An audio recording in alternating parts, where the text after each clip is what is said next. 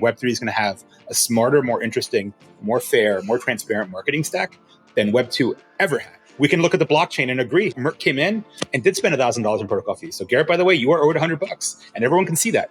Not just that, because payments are natively on chain, Garrett takes 10%. The ad network's going to take 1%. Hopefully, Spindl takes 1%, right? But the advertiser loves it because if the user didn't come in, guess what? Nobody gets paid. I only pay if I get paid. And at the time that I get paid, it's incredible. It's amazing. It's way better than how things used to work in Web2.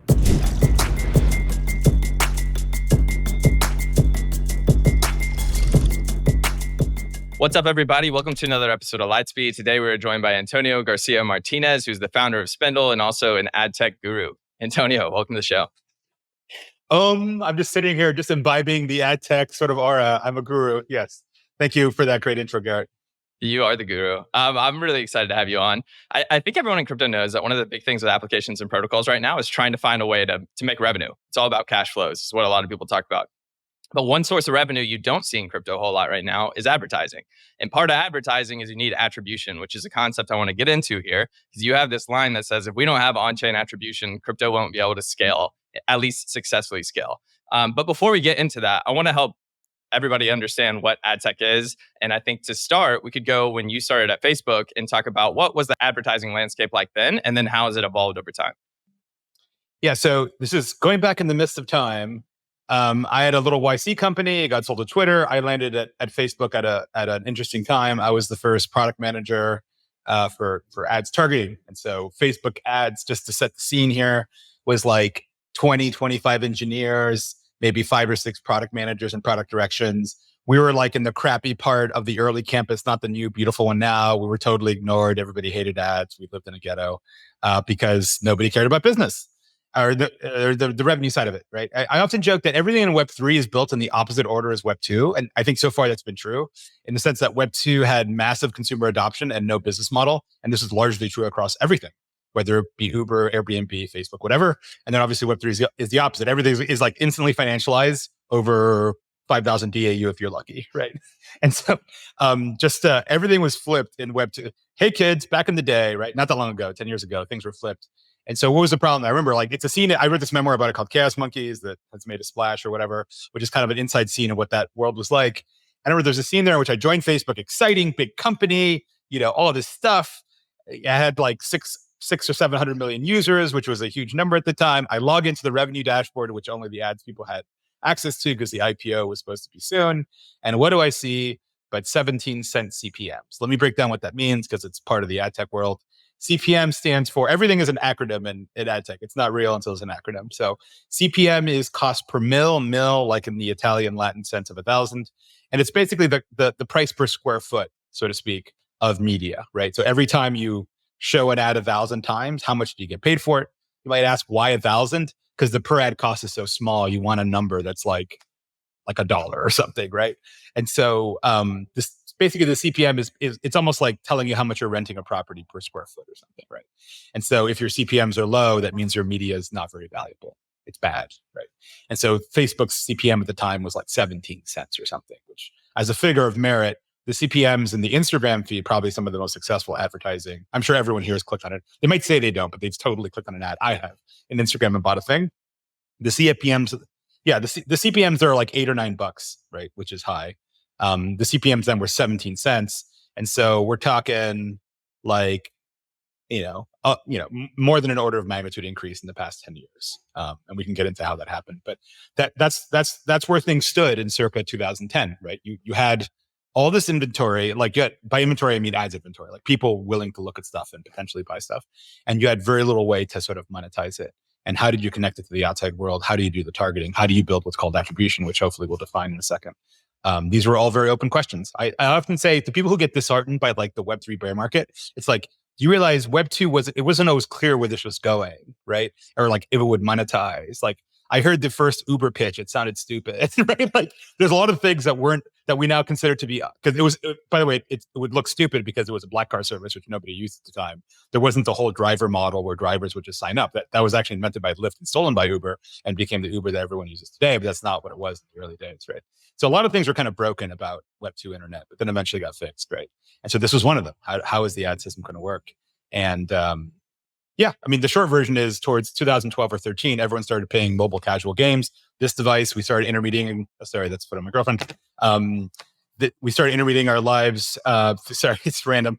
We started intermediating our lives through our phones, and then suddenly that became a massive stream of revenue. But again, circa 2009 or 10, it wasn't obvious how that would play out. One thing that I'm interested, I want to frame maybe the context at the time of targeted advertising, because that wasn't actually a thing from what I understand back then. In fact, I believe my high school teacher used to have conspiracy theories around it. Like, they watch what you look at and then they give you ads because of that. And it's actually... They listen to the microphone. Zuck is listening to us right now and judging us for this podcast. Yeah, all these conspiracy theories. Did people think that advertising was something that could actually produce a company like Facebook is today? Or was it like, this is just for small businesses? No. I think it was clear. I mean, there was a precedent. Google had become a several $billion company based on ads, and so the thought that ad tech would pay for the internet was already pretty established by 2009 or 10. I think the only question is how, right? Like there was all these old business. So what does targeting mean? By the way, it sounds very like exciting and dangerous, and like what does it actually mean? Media tends to be relatively untargeted. Like the billboards that are over the buildings here in Soma are relatively untargeted, although they are targeted. They're probably sold by zip code. And by zip code, you have census data. And so you have like average income demographics by zip code. It's very rough, right? Part of the promise of the internet is that you can measure everything. Like literally, I could see what you're seeing at any point in time and just much more accurately attribute, target everything, as opposed to like literal billboards. What's the problem with that? The sort of all the wiring together of what I want to show an ad to this individual who came in and almost bought a thing but left, or this type of individual, or the friend of that individual. The ability to do that took years to build. The only targeting that exists, remember, the internet advertising came out of the newspaper world. There's still terminology, CPM. A lot of these terminologies actually came out of, there's a thing called an insertion order, which is an ads buy. You know why it's called an insertion order? Because they would insert the flyer into the newspaper as it was being printed. And people still refer to IOs to this day, right, as like an ads thing that you're buying. And so how were ads on newspapers still sold to this day?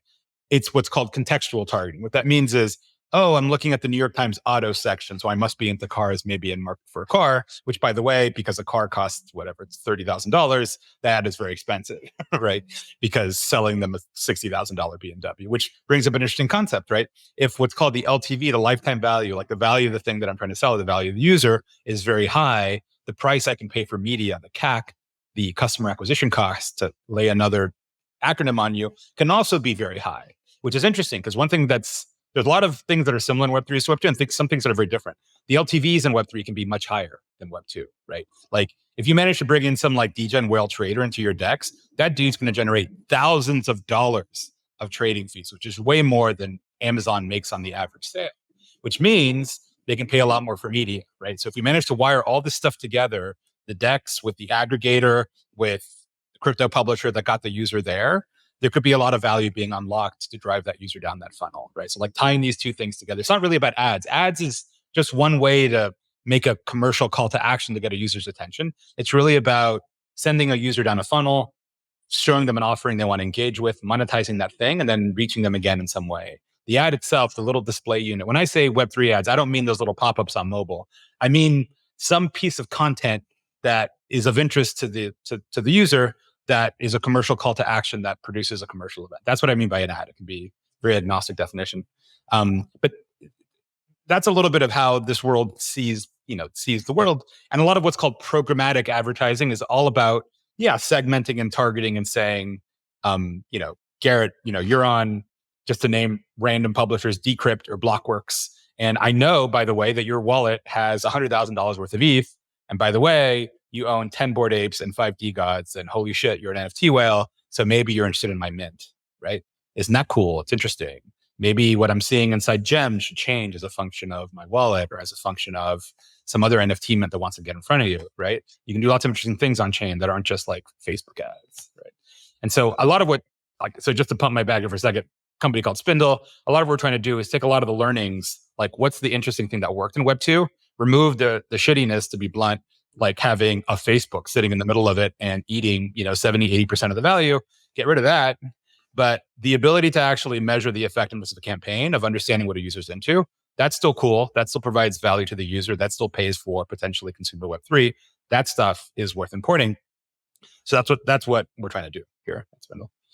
Yeah, and a huge part of that, right, is targeting the specific audience that you want. And that has to do with how much data do you have on that audience. And then once you have an audience, you might say, I want a lookalike audience. Like, who else is similar to these people over here? And I think a big part of that for Facebook, at least, probably at the beginning, was to grab data outside of the Facebook platform itself. So not only do you have that Facebook data, but you have external like websites that you're bringing it in. So you have this like very colorful profile of who that user is. I'd love for you to maybe touch on that point a little bit more, but then how something like ATT and maybe GDPR could change that, where now you really have these content fortresses. You don't have this like open web of information shooting around. So let's define a few terms there. You're obviously well versed in marketing terminology, but for your listeners or viewers, let's try to define some of that. So a lookalike audience is a super powerful thing. It's one of the more under noticed Facebook ads products. What that means is what the name implies, right? If like I'm a buyer of a thing, or I'm a super REI consumer, or I'm a United elite status member. Not that I'm any of those things, to be clear, but if I'm one of those things, and Garrett, you and I know each other and interact on Facebook a lot, maybe you're in that same consumer bucket.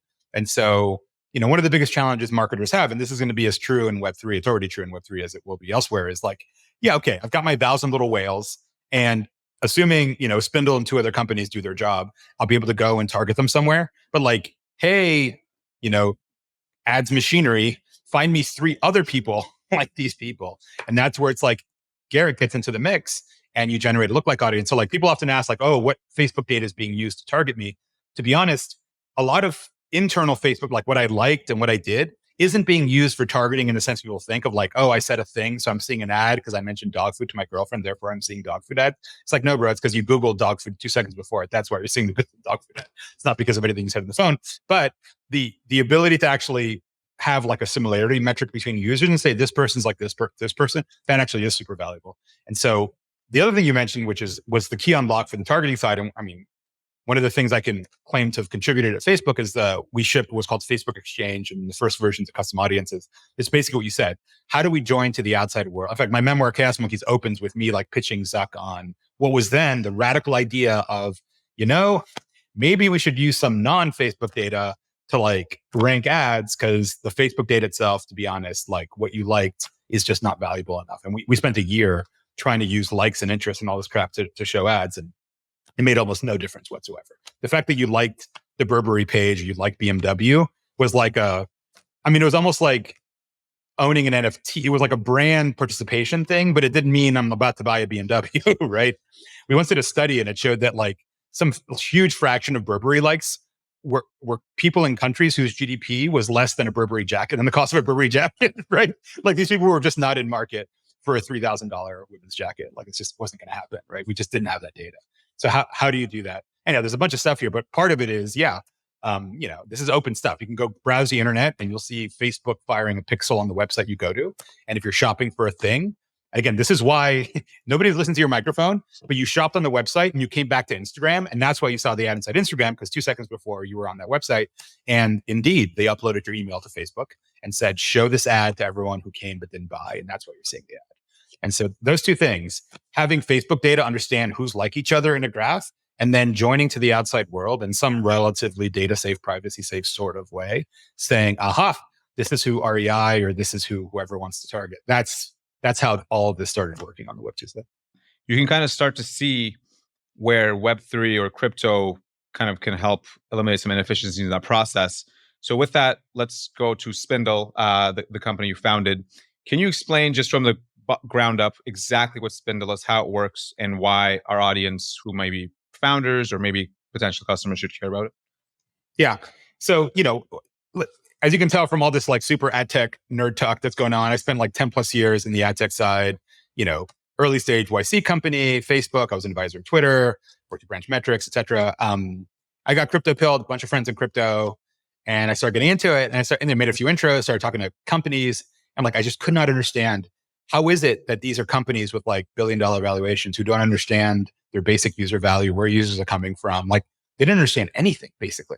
And it was so odd to me because again, so much of this data actually is on chain. Now the blockchain is a miracle is amazing in many ways, but as a marketing database is not particularly good, which part of the reason why we exist is taking the blockchain or the blockchains and turning them into the actual view of the world the marketer cares about. The marketer doesn't necessarily care about blocks and transactions and smart contracts.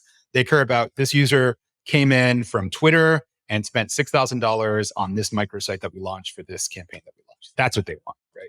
So turning their Web2 data, i.e. who came to my website, who came from the browser, who engaged in my Twitter campaign, and taking the blockchain data together is what answers that question of, oh yeah, the user came in from that influencer tweet, spent $2,000, and I can tie it all together.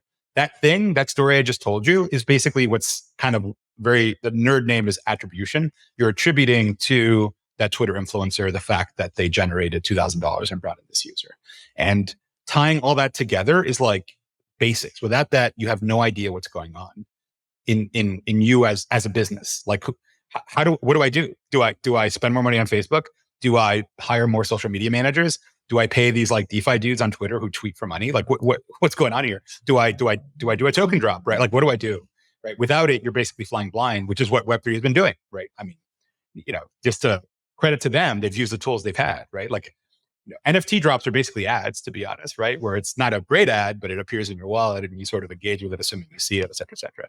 Token drops are basically like referral reward program type things, right? So they've been using the tools they have, but they've been very poorly measured.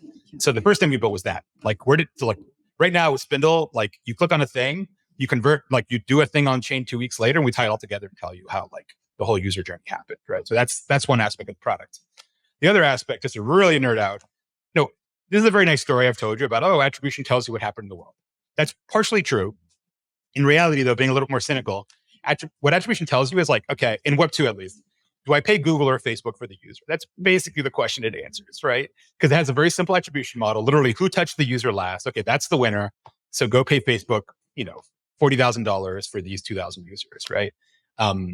So attribution has to be an input in some sort of business model, some way that you use to gain users. And so we looked around and like, what's the very Web3 native way of doing it? Referrals, which if you don't know what that means, GMX has a classic model here that works very well. And a lot of people kind of copy and imitate and point at. But basically what it means is, Garrett, you're an influencer. Mert, you're just getting into it. Garrett is like the loud, noisy guy in the Discord or on Telegram or whatever. He shares a link. Mert, you go and you actually engage with the protocol. You generate $1,000 in protocol fees. Guess what? Garrett gets paid $100, or he gets paid 10% of your trading fees, basically more or less forever, because they don't do proper attribution. And in the basic version, in our version, you would churn out at some point. You could like set a limit. You're not going to be paying forever. But in the naive model, you just get paid that forever. And again, it sounds weird, but actually it's, when you think about it, it's super sophisticated. It would be impossible to do in Web2, right? In Web2, the way things work is the user comes in, they download the app, they sign up for the premium plan. I fire an event to Facebook saying, yeah, we converted him. Facebook says, great, pay me $30. And hopefully that user, pays out and earns more than the $30 you paid Facebook. It's less risky than just paying for ads and like hoping to God the user comes in and buys. But it still is not, it's a little risky, right? Like if you mismodel the user value, you're going to lose money on ads buys. That happens all the time.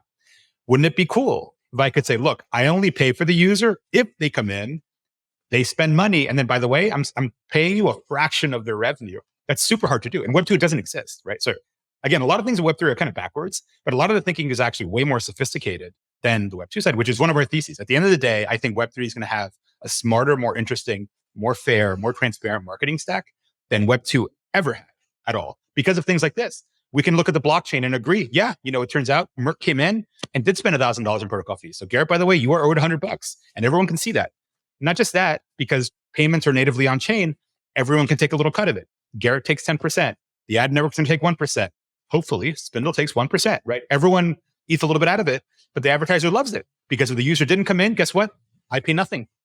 Nobody gets paid. I only get paid, I only pay if I get paid. And at the time that I get paid, it's incredible. It's amazing. It's way better than how things used to work in Web2. So enabling a lot of that is kind of what we think a lot about. Thanks for the intro and kind of how these things work. By the way, I think we'll all benefit from this in Web3 because nobody knows how to market or advertise here. What would you estimate from what you've seen so far are the biggest challenges to actually get there? Because that can't be easy. So just curious. Yeah. I mean, to be clear, the flywheel, I've got a cool new product, target users using some data. User comes in, generates more data. I get smarter. I go target. Like that wheel has not really started spinning in a real way in Web3. It's done in crude ways, airdrops and this and that. What's missing? Well, I'll tell you what's there and what we've built and what others have built. So the attribution is there. You click on a thing and I convert on chain. That exists. Another thing we've built, another thing where Web3 is a little different is what we call analytics. And here's another scary sounding term of art, analytics, which is a little different than attribution. Everyone here has probably used Google Analytics, like, oh, I've got my little website. I got this many page views, and then they clicked on this thing and they clicked on this thing, right? That's basically what it is.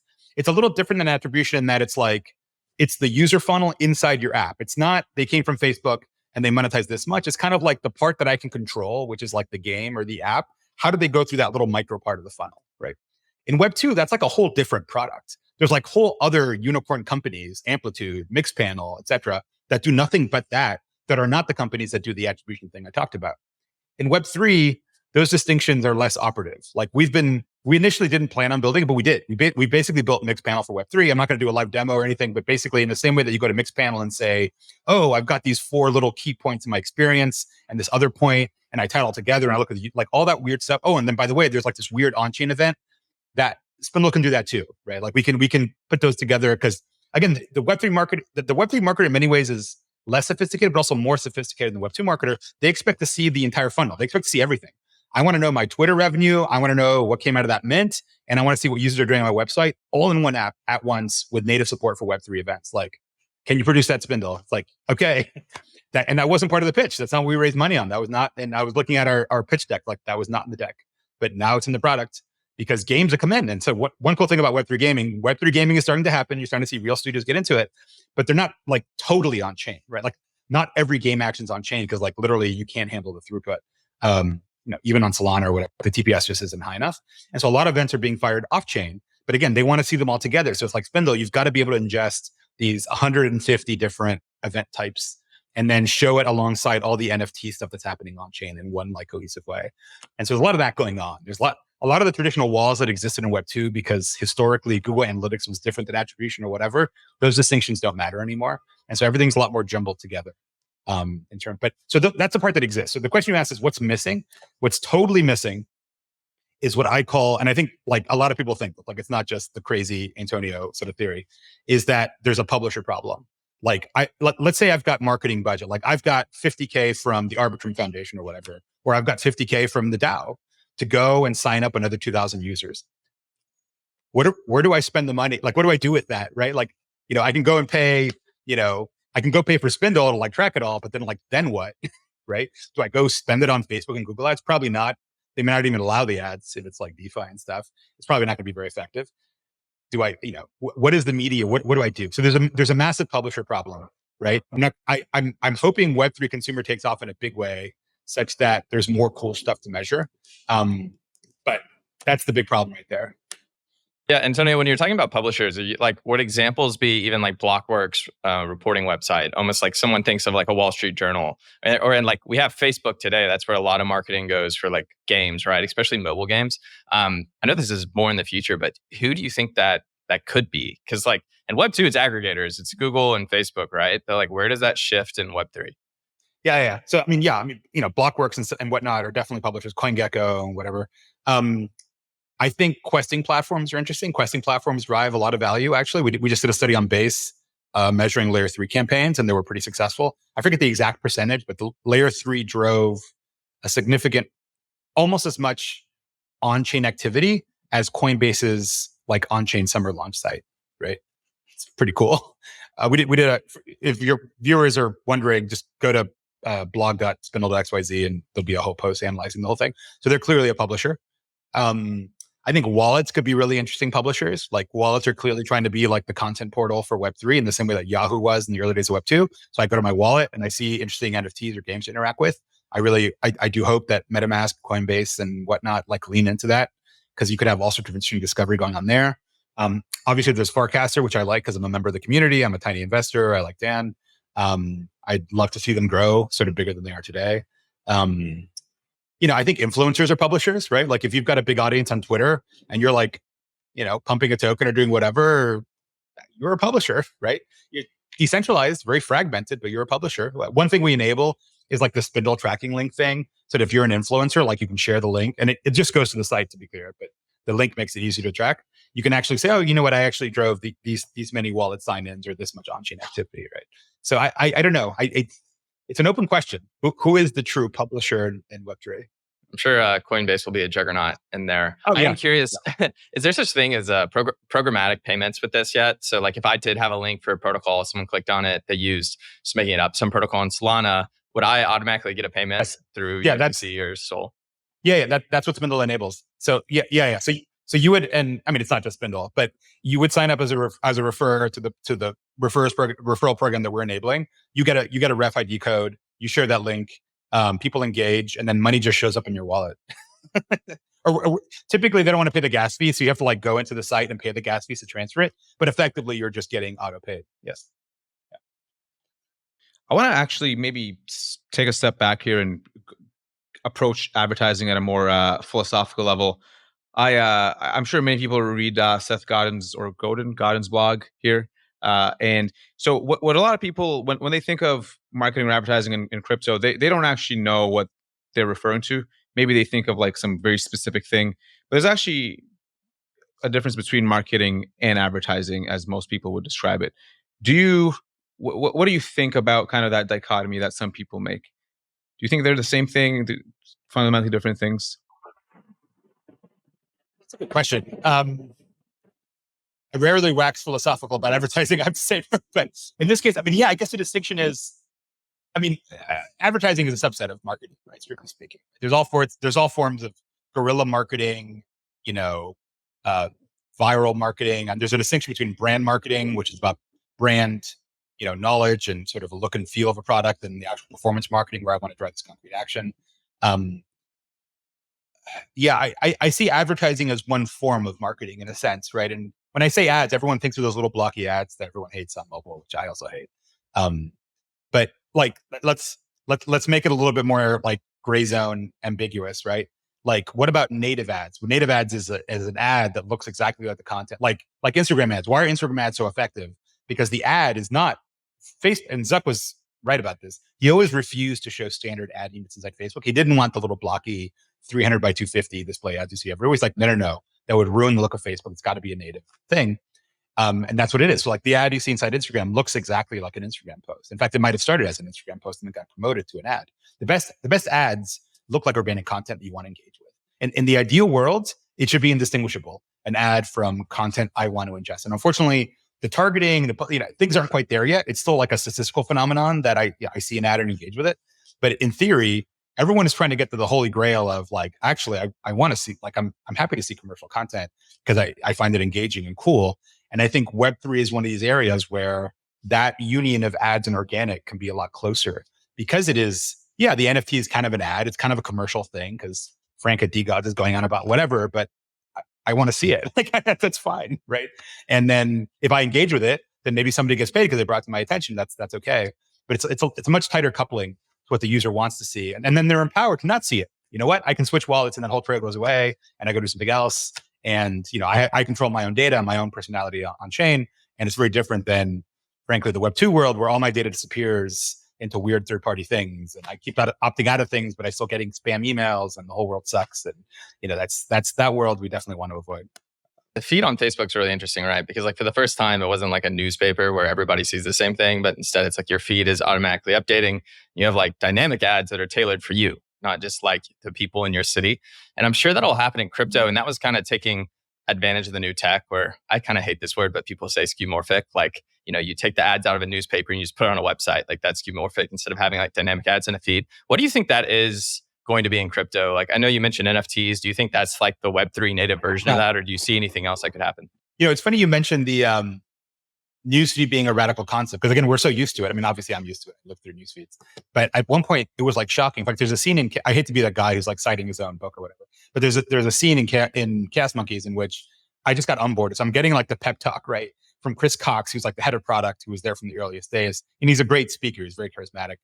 And he says, Facebook is going to be your personal social newspaper. It's going to be the New York Times of you.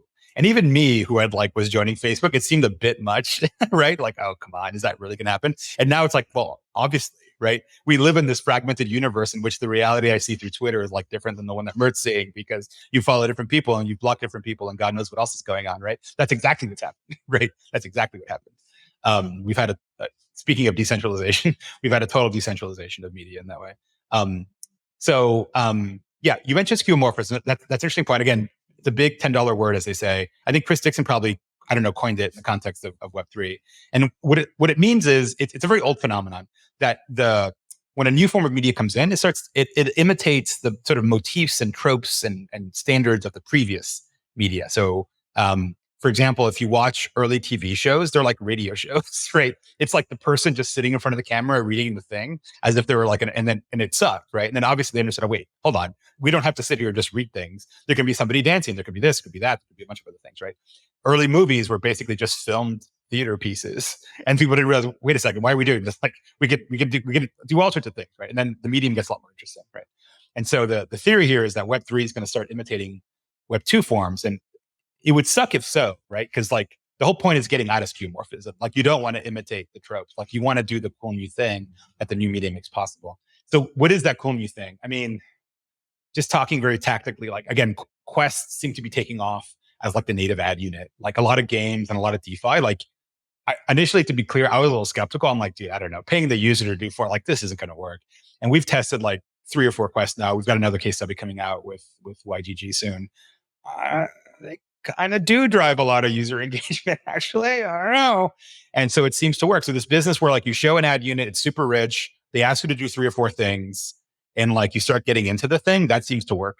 And that's didn't really exist I mean, there was this thing called offer walls where, we'll give you like a virtual good to play a game, but it was never that big a deal. And like it would disappear with the game. Like it kind of sucked. But the fact that like I actually own and got a thing to do this thing might actually work in Web3. Because again, this is different. I own the thing. Like I've got this wallet. It's mine now. It doesn't matter if the game goes away. I still have it. And so that's one thing that's kind of not skeuomorphic. What else? I don't know. You know, I've never been a consumer guy, to be honest. But I wonder why Web3 consumer hasn't gotten more weird. Like just like strange shit that you just don't see. Frentech's pretty weird. Frentech is pretty fucking weird. I'm on there because I was just like curious. So I just started it and then I totally ignored it. I'm sorry for people that I've rugged because I haven't posted shit in Frentech. I'm sorry. But I logged back in and there's like 2 ETH sitting in fees. And I'm like, how did this 2 ETH like materialize out of nowhere? And by the way, my share price has gone down dramatically because I haven't posted anything. So clearly the market has seen that I rugged them and I'm stuck. But yeah, no, Frentech is interesting, right? Like, well, look at what Elon's doing with Twitter, right? As maybe a clue, right? Like this business of paying leading creators a fraction of ad revenue. I've gotten paid by Elon. I know people are getting like paid way more than me. It's like I'm getting paid $5,000 a month to tweet. Like what the hell, right? Like that should be a Web3 feature. That's the promise of Web3, right? That the house doesn't have 100% take rate anymore, buddy. You've got to pay me 10%, otherwise I'll stop whatever Frenteching or stop tweeting, right? That's something that could be instantiated in Web3 in an interesting way. The Frentech thing is cool. It's basically Twitter subscriptions. I wish they had more of a feed and a ranking model, so it would be basically Twitter. But we'll get there. These are all experiments.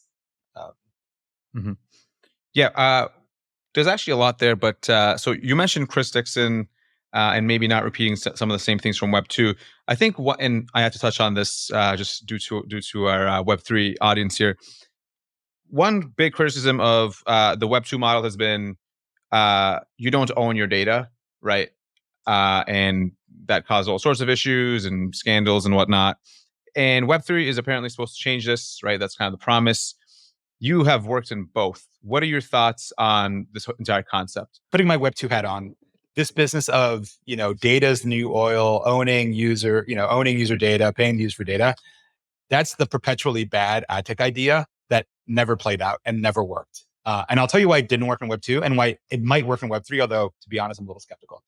It didn't work in Web 2 because just to be blunt, your user data isn't worth that much. At least the data that you yourself own, right? Like if I go and buy a thing at REI, I kind of don't own that data, actually, just to be clear, right? Like I can't, like there's even carve-outs in GDPR that say that like REI obviously has to keep its revenue records so they can do its taxes and stuff. Like I can't actually go and delete my conversion data at REI and stuff like that, right? Maybe the personalized data, my PII I could, but like the reality is you don't actually own your data, right? In the sense that like, I don't have the right to go and like delete my records from any company. Like I don't own that data, to be honest.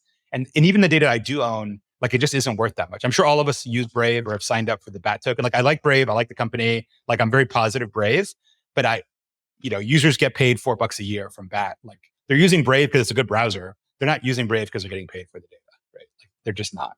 And because the amount just doesn't matter. And that's the reality of it.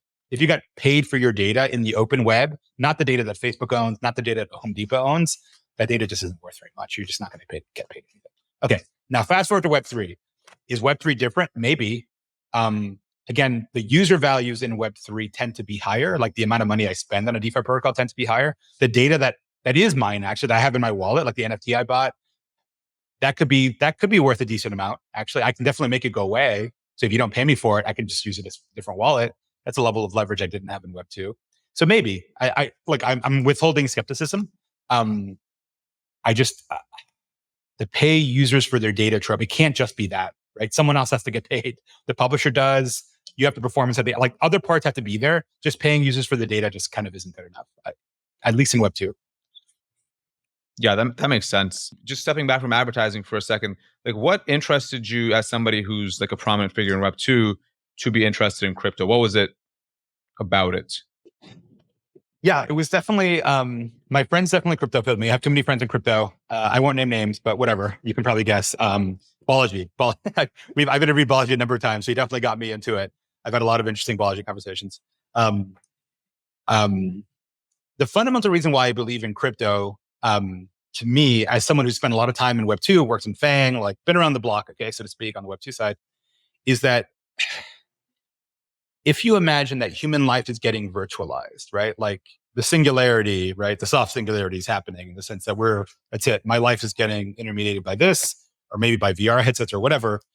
How would you redesign the internet in that world? Like, how would you redesign the internet, not as like a digital offshoot of the analog world, but as like a native thing where like code is law. We have shared, smart contract execution where you and I execute a thing. We have shared state. Money is natively built into the system to begin. Payments have always been a pain in the ass on the internet. Oh, like Stripe is worth billions of dollars simply because it makes payments easy because it was never built into the internet to begin with, right? If computers can run code, if they can pay for the computation, if they can use money, that's the world where computation and human consciousness and attention, all that live together. And so that new internet that we rebuild from like ground zero looks very similar to a blockchain, in my opinion. So that's one very high level philosophical after the mushroom trip type view of it. The other view, which is like way more cynical and slightly midlife crisis-y a little bit, is like, do we want to talk about Google and Facebook and Amazon forever? Or do we like not want to have the same faces staring at us from the cover of Fortune and start talking about other people doing other things, right? Like I remember the days, again, it's only 10 years ago, but like Web2 felt edgy, it felt cool, it felt disruptive. The man and establishment hated you because you were blowing up taxis or blowing up hotels or blowing up the New York Times or whatever. Like who's doing that now? Because guess what? The companies who did that 10 years ago are not doing that now. They are the man, right? They are the establishment who are not blowing up anything anymore, right? So who are the cool new companies that like the crazy kid who dropped out of high school and moved here from Kansas? Who's that kid working at? Because I can guarantee you he's not working at Google and Facebook, right? So maybe he's in an AI startup, which I'm also very pro and excited about, or maybe he's working at a crypto startup, right? And so to me, like Web3 has that edgy coolness of like, man, we're here to fuck shit up in cool and interesting ways in a way that you just don't see in Web2 anymore, in my opinion. So. Has there been anything in crypto since your time here? I forget when you said you actually joined, but I know you launched Spindl in 2022, that you've been like, these people are just wickedly crazy. Like, why have they not learned this from Web2? Like, did I make the right decision to be here? Like, what is something that stands out to you? Yeah, I mean, there's definitely a little bit of griftiness there was in Web2 as well, to be clear. Like people were bullshit, like, again, a lot of the fundamental dynamics of like charismatic sociopaths pulling the wool over people, investors, faces or whatever, and then like running off with the money and burning it in something like that happened in Web2 as well, by the way, except the rugged investors were venture capital, which maybe is better burning venture capitalists than retail investors. I don't know, but they take the cash, they plow it into like Facebook or Google ads to make number go up, make some DAU number go up, kind of like TVL go up. They'd raise another round. And so the Ponzi would continue until eventually either it made sense and became a company or it flamed out, and there was lots of flameouts. It's very easy again to go back and say, oh, Airbnb, Uber, Facebook, great. Dude, there were hundreds of companies which all blew up, and a lot of money went nowhere. Just like there's a lot of Web3 projects that went nowhere. So yeah, there's a little bit of that in Web3, but it's like, I don't know, it's like the same story over again. I don't think it's actually that different. I do feel like this weird, like perceptual, I hate the term Ponzonomics, but I'm not sure what else to call it, where like, it's like, oh, we raise a token, which is like creating money out of nowhere, right? Or like, I don't even launch a token. I threaten to launch a token, so everyone starts using my thing, which means I can launch the token. So I launched the token, and now I've got $300 million of liquidity that appeared out of nowhere. So now I'm going to give away the token to pump the value even more, right? And even if I give away 10% of it, if the token goes up by more than 10%, my TVL still, like net TVL still goes up, and I'm a winner, and so I can raise the next cycle or whatever. Like, that is a little strange. It wasn't quite that crazy in Web 2 where you could just do that again and again and again, right? And at some point, obviously, the music stops. So yeah, that does strike me as a little odd. Naturally. Yeah, that makes sense. And to your earlier point about being like Balaji pilled, we had Balaji on the show before, actually. I think maybe our second episode. So yeah, I'm on the same boat there. I certainly got Balaji pilled. I was that like out of curiosity, was that like an 8-hour episode? I'm joking, just like mildly trolling about. He had like a 9-hour. Yeah, with Lex. Yeah, exactly. Yeah, sorry, go ahead. Yeah. Well, this is actually going to be kind of a tangent, but it's something I'm curious about personally. So I'll be a little selfish here. I see, obviously, I follow you on Twitter, and you have some good takes on like governance, politics, and some engaging takes that, in my view, at least. And then in Web3, you have these weird structures called DAOs, right? What are your thoughts on DAOs? Any hot takes there, or Web3 governance in general? I mean, I think, I try to keep politics out of the Spindl equation, but I do write, like, I'm still put on my writer's cap occasionally and write things. I mean, I do think this is a general crisis in the West when it comes to politics, right? Like, where is the West going? Clearly, some institutions are failing. I think I've tweeted San Francisco, which is a charming and interesting place, but in my opinion, is misgoverned in a bunch of ways, and I think a lot of people would agree. Where are we all going?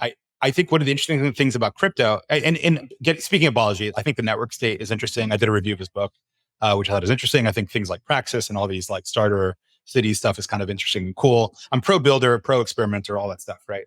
But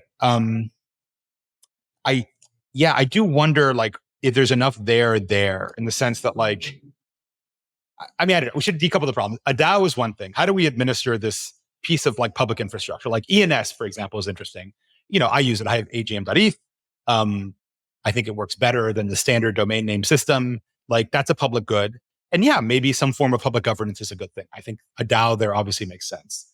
I think in other contexts, we've had clients who've had DAOs, or we've had growth teams who it's like, oh, Spindl, this is cool. So you can do growth. Great. How about you do a DAO proposal and go get a growth budget? And it's like, wait, what? Like, you're telling me I have to go like and sit effectively in like town hall and propose why I think we should spend $50,000 on this growth campaign to make this number go up. It's like, I don't know, man. Like, some things, not everything has to be put to a vote, right? Like, should we vote on, right now whether trash day should be tomorrow or like Saturday? I don't think so. I think there should be the trash czar who just determines that and makes it go, right? So I don't know that everything can be DAOified, right? That said, I'm all for experiments and governance, right?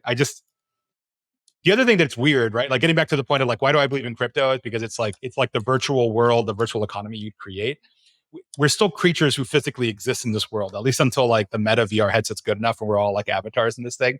So like that world still needs to exist. So whether it's the network state or the DAO, like whoever can make the guys with the gun show up still kind of wins, right? And so it's like, unless you control a piece of property or you control the guys with the guns, you're still dealing with the fringes of society in this weird little niche. And so you're not going to be a drop-in replacement for the nation state or something, right? And so that's where I think the sort of technical solutions, as pleasing as they are, interesting as they are, fall a little bit short of the full vision of the human condition.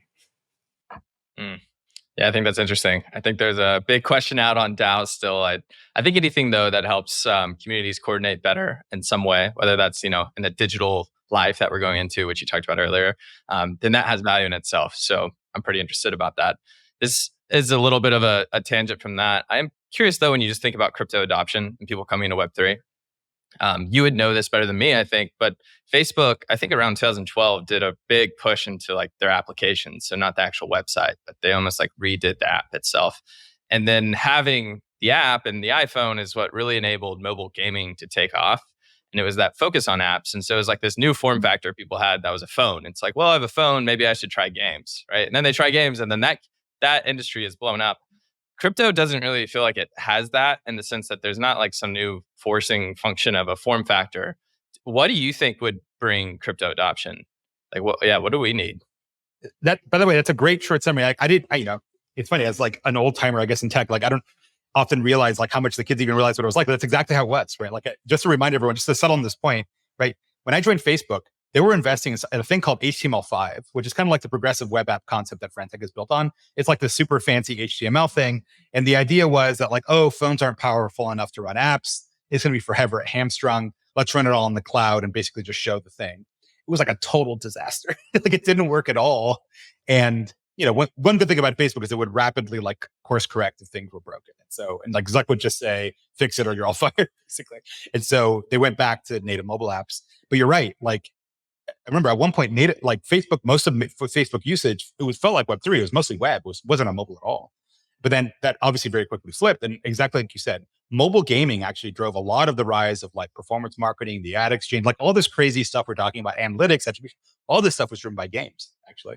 And it just totally took off. I used to play Angry Birds and Plants vs. Zombies and all these super, these cool, it's funny, my 7-year-old daughter is playing Angry Birds, whatever, 15 now or whatever. And she finds as much joy out of it as I did 10 years ago. It's kind of cool. But yeah, that drove all of that. So yeah, what is the new form factor? What is the new thing? I don't know. I mean, it's a broader question, right? Like I don't know I don't even know what iPhone we're on anymore, because I just don't care, right? Because whether it's 15 or 16, I'm not going to buy it because it's too expensive, and the incremental improvement just isn't high enough to justify it. Other than actually, going to a USB-C port. The only good thing the EU has ever done in tech is mandating the USB-C port. The fact that we actually have only one cable now, to me, is maybe worth upgrading for. But other than that, there's no reason to buy another iPhone. Is it the headset? I saw Zuck's Meta like AR. Have you seen this Google Glasses thing, like the Ray-Bans that can actually like auto translate that? I'd say looks pretty cool to me. That could be an interesting thing, like literally injecting the internet into my visual field. Maybe VR, although obviously the metaverse, speaking of bear markets, the metaverse is having a little bit of a bear market. I don't know. Solana launching a phone is kind of interesting. It's funny. We were joking earlier, like, do we need to launch a social app? Like, if the publisher that doesn't get solved, but by the end of this, we're going to be launching a phone, right? Like, literally, it's kind of like we started from like Apple and like went all the way to, started from ads and ended up all the way in Apple. But yeah, you're right. I don't know what that is. I don't know if there is one. Like, we only have some 5 senses. I'm not sure what that new thing is. I don't know. I'm not a consumer guy, to be honest. Call me when the eyeballs show up to help you monetize them. I don't know how to make the eyeballs show up. Sorry. No, that makes sense. I'm pretty personally, not that anybody asked, but the new Apple headset seems pretty cool. The spatial computing paradigm. But so are you gonna buy one, Mert? Are you gonna buy one? Because Yes. I went to the Apple store to see when they released. You're gonna buy one. Okay. I'm thinking about it is overpriced. It's totally overpriced. I'm trying to figure out a way to expense it, some rational way to expense it. But yeah, it looks overpriced, but it does look cool. But before you go on to the next one, Mert, I just think maybe it's worth touching on quickly, like what AI could maybe change in this, because it's not a new form factor, but we talked about like dynamic ads being on your feed and it's personalized to you. And now like for the first time with AI, you can have like on-demand personalized ads that you don't even have to create as a company. So maybe that to me is like another democratization feature that we have now that we used to not have. And so I could see those coming together somehow.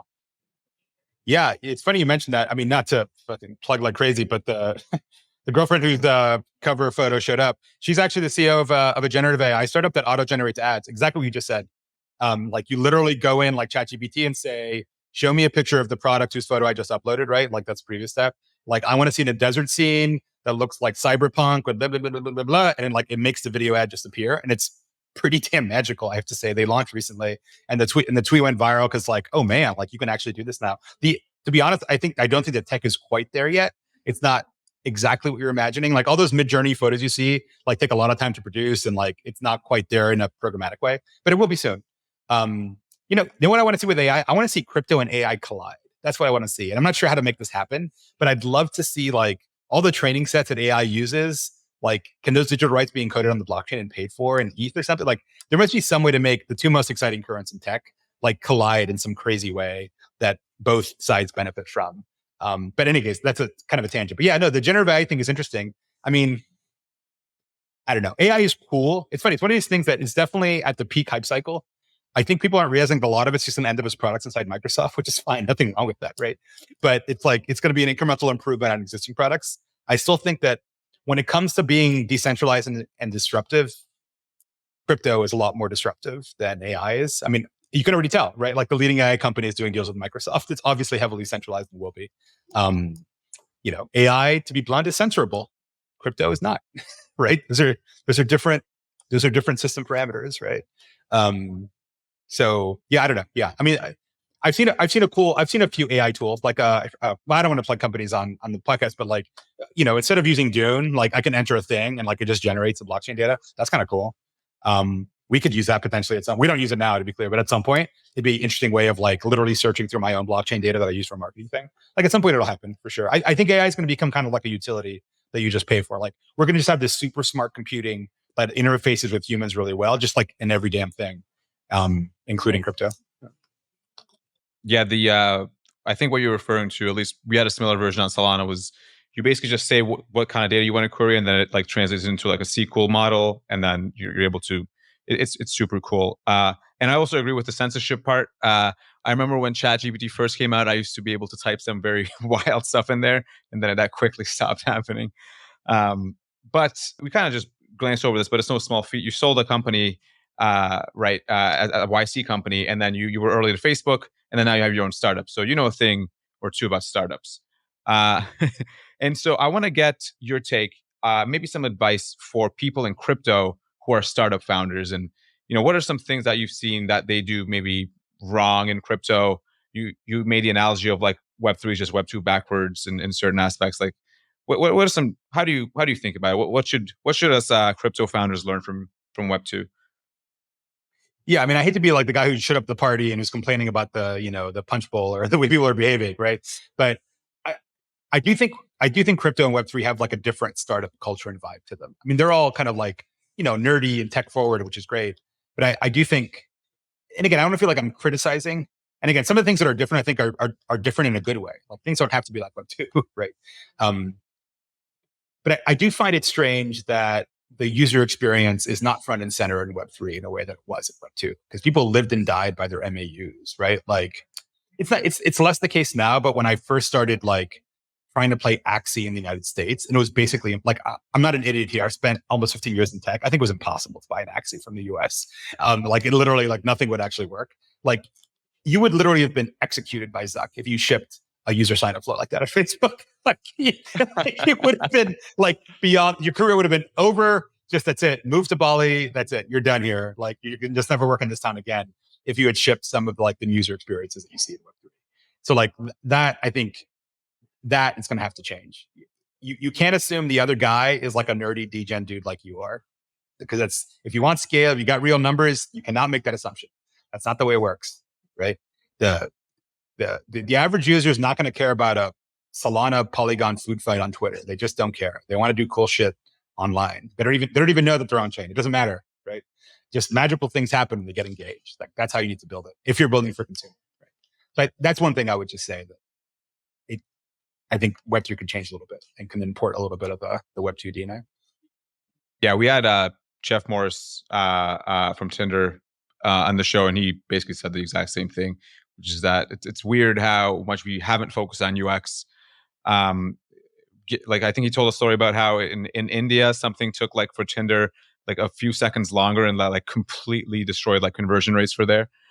So that's a great point. Garrett, do you have any follow-up questions before I do rapid fire? No, we could do rapid fire. I'd say it is interesting. Maybe it's a good thing that we haven't focused too much on the user experience yet, or had amazing marketing, because the infrastructure just wasn't there and we weren't mature enough. This is me trying to find like a positive angle out of it. But I definitely agree that like to go forward, we can no longer like take pride in how just technical something sounds. Because I think right now, the more technical it sounds, it's like the more you're praised, the more, the higher status you have in crypto. But like that's not going to work with normal consumers. So no, anyways, Mart, let's do the rapid fire. All right, cool. Well, let's do some rapid fire. Antonio, feel free to expand on any. Like, try to keep the answer short, but if you want to expand, go ahead, and then Garrett might jump in as well. Okay, so if you had to convince one of your Web2 friends to use crypto, what app would you show them? Oh man, that shouldn't be such a hard question. If they're a gamer, some of the Web3 games actually are pretty cool and are actually absolutely playable and comparable to like Web2 games. So if they're a gamer, I would show them a few. And I don't want to plug specific games. But there's some games out there that are actually as good as Web2 ones. I think if they're like finance nerds, a lot of DeFi is actually kind of interesting. The fact that I can synthetically trade some regular asset in some cool, weird leverage ways, or like flash loans, which I know are a little dangerous, but are kind of interesting. Like a Wall Street guy would find DeFi fascinating because it allows the retail investors to do things that only like a derivatives desk of Wall Street can do. Admittedly, that's somewhat nerdy. If you ask me like, what would I show my mom or something? Yeah, it's a good question. The fact I can't answer it is probably a problem. Yeah. Yeah, that's why I like asking that one. What's the most overrated concept in crypto? I don't know if it's a concept, but building infra for the sake of infra is terrible. Like I was at where was I? I was at Token 2049 or ETH, whatever. And, Crypto Bro wanders out and like, oh, we're building a platform, synthetic, perpetual, like literally a string of buzzwords. It's like, bro, like I didn't ask him because I don't want to be rude. It's like, why does this need to exist? Have you found a single person in this universe other than yourself who wants this thing? Or are you just like finding like literally, buzzword bingo, throwing darts and like producing this thing? The sake of producing infra for this, like you mentioned earlier, it's like we didn't have the infra. Dude, all of Twitter used to run on Ruby on Rails, like literally the shittiest backend you could possibly imagine, the most unscalable thing possible. And they ran Twitter off of it because they had to. So like if I had to choose two worlds of having so many consumers and my backend on fire and having the most amazing backend and no users, I would pick the former, right? And so I think in crypto we have bias to the latter in an excessive way. You'd be surprised how many companies still run on Ruby Rails. Shopify, a few others I won't name, but it's certainly quite interesting. Okay, what does everybody get wrong about advertising? They're not listening to your phone, man. That's one thing. I even wrote a piece in Wired magazine about it. I got so frustrated, and I still have to answer this question. I think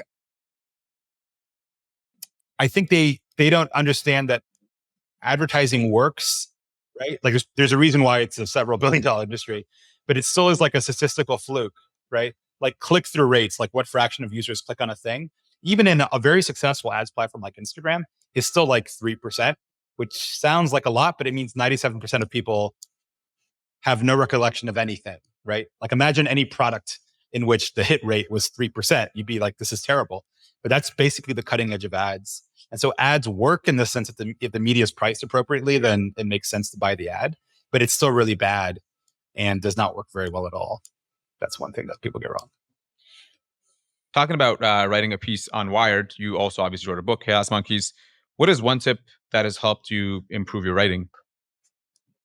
And don't, I thought you were going to ask, what do you tell people who want to write books? And I usually say, don't write the book, but improve your writing. Hard to say. I mean, just writing like anything, practice, I guess. I think the average writer can definitely marginally improve their writing. I think making a living as a writer is hard. I think it's less about style because like literary nonfiction and fiction are almost non-existent. I think it's more about voice and audience. In the noise and the din that we all have, you have a unique voice that at least 10,000 people are willing to pay $5 a month to hear, right? And it is true of a lot of people that you don't think of as writers, and you can go to Substack and see a lot of those people.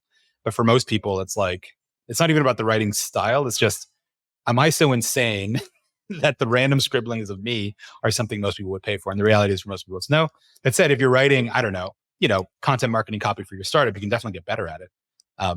But I don't know, writing's a hard gig. I've done it and then churned out of it and then went back to it and then churned out of it again because it drives me crazy. But here we are. What advice would you give to aspiring startup founders in any industry? It depends a little bit what stage in life you are, but I think working at like a FANG company is probably a little underrated. Like it's worth being on the inside like to see how the sausage is made and also like not made. Like any big company you work inside, there'll be some things that are incredible, amazing. Like literally the limits of human organization and engineering over here.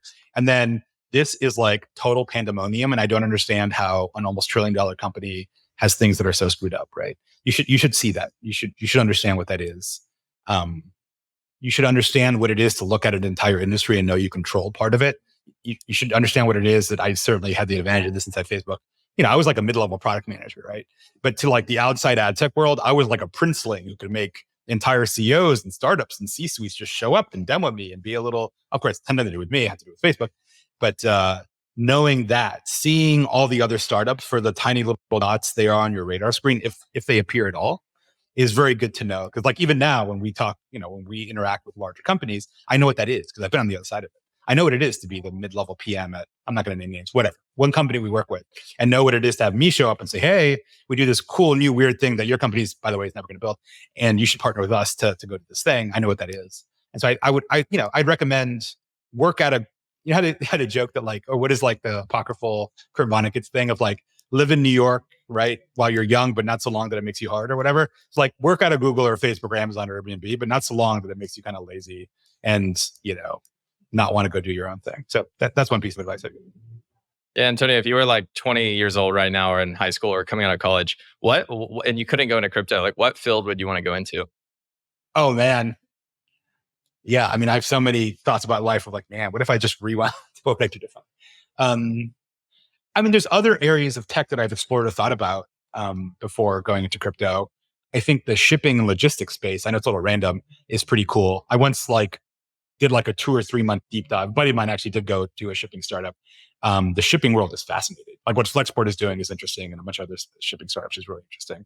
90% of everything you consume comes from somewhere else and is typically shipped on a container ship halfway across the world. And how that works is just magical. So I'd probably go into maybe shipping. I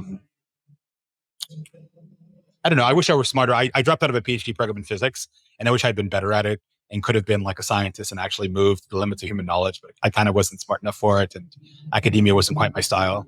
I don't know. We live in an age of wonders, even though maybe sometimes it doesn't feel that way. As a 20-year-old, you have so many options now versus what you used to have. Mm-hmm. Yeah, that's well put. What is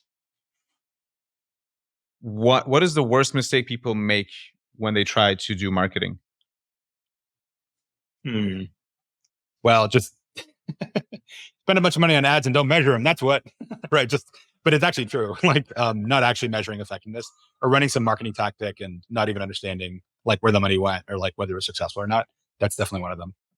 That's probably the leading one in Web3. And by marketing, I mean token drops. I mean NFT mints. I mean everything. Those are all forms of marketing. Yeah, that's the biggest mistake in Web3. Yeah, that's a good one. I've made that mistake before. Final question. What do you predict the state of ad tech looks like in 5 years? For Web3 or just broadly? Broadly. And maybe is Web3 even included in the broad picture? Well, fuck, if it is, then we're in trouble. I think Web2 ad tech is actually super stagnant right now. There's nothing exciting. Like Apple is making some moves. A lot more of the ad system is moving on device for privacy reasons. So like a lot of the ad matching and personalization, all that stuff is literally running on your phone, which is cool for a bunch of reasons. So that's interesting, but like only Google and Apple can do it. There's areas like podcasting ads that are still kind of in their infancy. How do you actually, I mean, I don't know if you guys run ads, but the attribution analytics problem in podcasting ads is still pretty bad. And a couple companies have been working on it, but it hasn't been solved yet. So I think that's interesting. I think it's really going to be a new media. I think like Web2 conventional display media, like nothing's really going to move. Facebook is going to do its thing. VR headsets are interesting. Like how, again, you don't want like literally blocky ads in your visual field, but some sort of commercial call to action will definitely exist in VR. Of course it will. I mean, you're walking by a restaurant, they give you the offer. Like there's all sorts of ways you can interject commercial content. I think that'll be interesting. And yeah, in Web3, we'll see. Again, it's all a function of the publisher. Where does consumer Web3 really take off? Is it all games? Which is not bad, by the way. Again, mobile took off because of games. Maybe Web3 will take off because of games. And you can have true virtual good ownership, true interoperability, a bunch of good stuff the blockchain enables. That could be fascinating. Gaming could make Web3 ad tech take off. But yeah, I think some truths are eternal, right? like the joke about like half my ad spend is wasted, but I don't know which half, right? That joke is still true in almost every medium you could mention.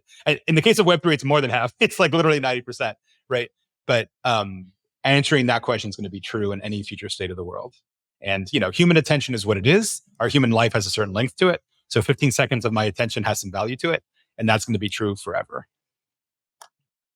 Yeah, it's interesting to see these big players who are adding like more and more services in one platform so that they can do this tracking better. Like one example, I think Spotify came out with audiobooks this week, or it's about to roll out in the US if you have a premium version. And so now it's like if you listen to a podcast with an author, now they can actually have like a link that pops up. Like, do you want to listen to this book now? Where used to, you have to go to the show notes and find the link, and it's just not the same. You can't really track it. So I think it's really cool. Obviously, the in-app purchases on Instagram are amazing as well. I've used that too many times. One last comment on that. One of our investors is a guy named Eric Seufert, and he has a blog called Mobile Dev Memo, which is probably the best writing on the mobile ads and just gaming ecosystem. He's like the Ben Thompson of ads, put it that way, if you follow the ads thing. And he has a post called Everything is an Ad Network, which is like in the limit of long time, every consumer experience becomes an ad network. And it's true. I was like using Uber yesterday, and I had like inside Uber, which I'm already paying for, right? It has an ad for like a random thing unrelated to Uber inside the Uber experience while I'm waiting for the car. And you're seeing more and more of that everywhere. Instacart, right? Which recently IPO'd. The current CEO is a former Facebook ads person who actually has a cameo in my book. They have an entire ad system inside Instacart. Amazon is one of the biggest player in ads, like at all, full stop. Google, Facebook, Amazon. So everything eventually kind of becomes an ad network of one form or another. And some people might question, is that a good thing? Well, if it sucked, users would like go away, because at some point users have the ability to churn and walk away. I think users are actually very good about making the trade-offs between like, is it worth using this product despite the ads? So anyhow, user ads paid for Web 2. I don't think it has to pay for all of Web 3. Maybe it's going to be a smaller part. But I do think it's going to be one of the definitive things for Web 3. Anyway, I know we've veered a little bit from your closing statement. Sorry, Garrett. No, that was great. I'm glad you added it. It's funny, actually, Eric, he came out on a podcast with Ben Thompson today. Today. So they had a lot, but I listened to like 30 minutes of it trying to get some, points for this conversation. But he's super sharp. Yeah, he's great. I subscribe to the free version, so you can get like once a week the newsletter. But hey, thanks so much for coming on. This is a really fun conversation. Obviously, just like your experience coming from Web 2 to Web 3 is something that like it's great to have crypto natives, but we also really need people like you. So I'm very happy to have you on the space, and thanks so much for coming on. Cool. Thanks, Garrett. Thanks, Mer. We'll see you next time.